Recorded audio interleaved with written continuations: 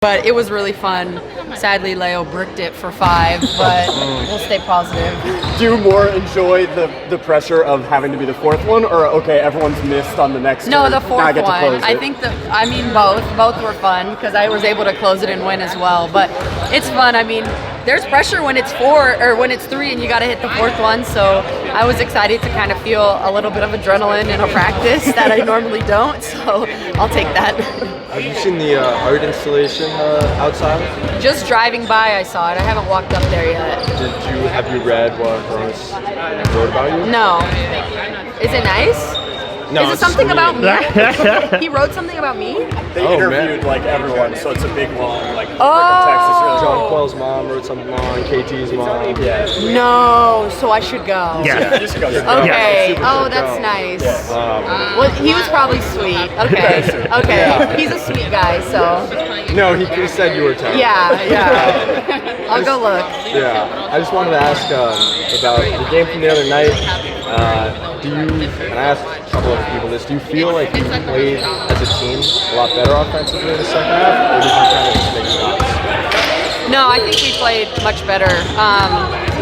I mean, they were switching everything, and I think we came in at halftime. Obviously, coaches had film up ready for us to watch on this is what they're doing. And I think it was an understanding of they can't guard us one-on-one. They need to switch everything, and this is how we need to execute. And so I feel like our defense fueled a lot of our offense. We were able to get stops and run in transition, push the ball.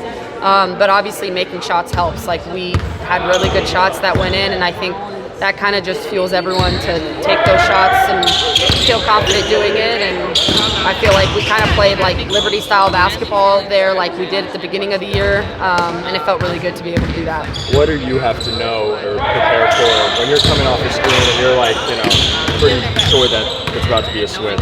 What's going through your head, I guess? I mean, everything just depending on how far the switch is, if you're able to shoot behind it, who's coming up to switch, if you're able to just go by, because obviously there's a guard on a post, but then there's a post on a guard, so you're able to kind of break it down and go by. But also where they're going to switch, like the guard's getting rolled up, where are they leaving from to be able to go help? Like there's a lot of layers to it, and I think I just said this in that interview there. We didn't face a lot of that early on in the year because we have JJ, who's a big 5, shooting 40%, Leo, who shoots an incredible percentage. So we really saw pretty similar defenses at the beginning of the year, and now I'd say when we were down those 2 starters, it was like we were getting jump defenses, we were getting trapped, we were seeing zone.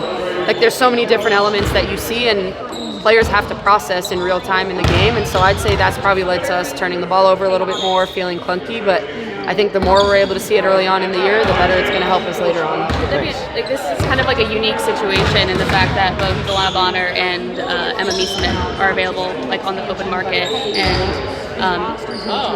it's believed that Emma wants to play in the WNBA this season, and it feels like before Emma's the first domino that has to fall before like Delana Bonner gets a place.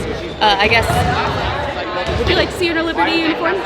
I mean, I would obviously never say no. I think she's a great player. I don't think we've ever even thought about it or really planned for it because we have all that we need here. But obviously, I think every single team would be doing a disservice to themselves if they said no, just with how incredible of an athlete she is and also just a person. Like we were able to see when she played in the W how great and impactful she was in Chicago and everything that she did, and so it's going to be really exciting to see where she picks, where she ends up, and how she's able to impact the team that she's on. And then I guess just like your thoughts on how the unique situation, the fact that there are 2, top tier free agents available. I mean, this is a unique.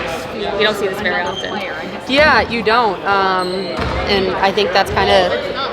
There's an excitement and build up around it because it's not really normal for the W. Like usually those players are on teams and everything's kind of rolling, and so I think it creates an excitement, a buzz, and also just a different feel to uncertainty. Like you don't know where they're going, who they're gonna kind of be an addition to, and how that's gonna change the dynamic of those teams. And so I'm assuming they have to decide soon. Like I don't even know how it works, but Yeah, I don't know. Like the July 14th is when like contracts become guaranteed, so if you have to make space Okay. for one of them, You would have to make decide. that decision. Yeah, so people will probably find out soon. I hope they find out soon because it might help their mental clarity on where they're going to go as well. But it's just, I think, a great excitement and talk around the WNBA and where those players are going to go.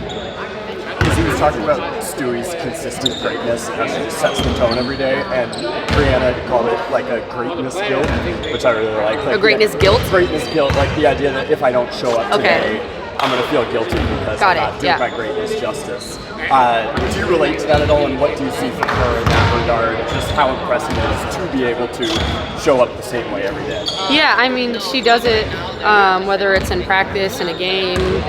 She's always just kind of comes in the same, and regardless of whether she's scoring, blocking shots, rebounding, she just plays hard as she can every single time she's out on the floor, and good things usually happen when she does that. And so, that bleeds into every single player on this team of understanding all you got to do is what's in your control, and that's play and practice as hard as you can, and everything else will take care of itself. And she kind of sets the tone for us and does that and leads by example, because obviously she's a veteran on this team who's won at every level, and it's been fun to be able to learn from her in that regard. I guess related to that, you were talking about it a little bit on Thursday, but how do you, especially as one of the key players in the team, how do you sort of avoid those moments where you try to put too much pressure on yourself when you're struggling early on in the game? Yeah, I mean, I think that's just kind of, you do put pressure on yourself. You want to make sure you're leading by example, and people obviously are relying on you to take on a heavy load, and you have to go out and perform every night to give your team a chance to win. But obviously it's not just us as an individual, it takes a team. And so my team continues to kind of trust, empower, be positive, and continue to uplift me, especially when I'm struggling, and you're kind of able to see the page turn and everything kind of figure itself out later in the game. Yeah, I'm good. Thank you, Sab. Thank you. Thanks, Sab.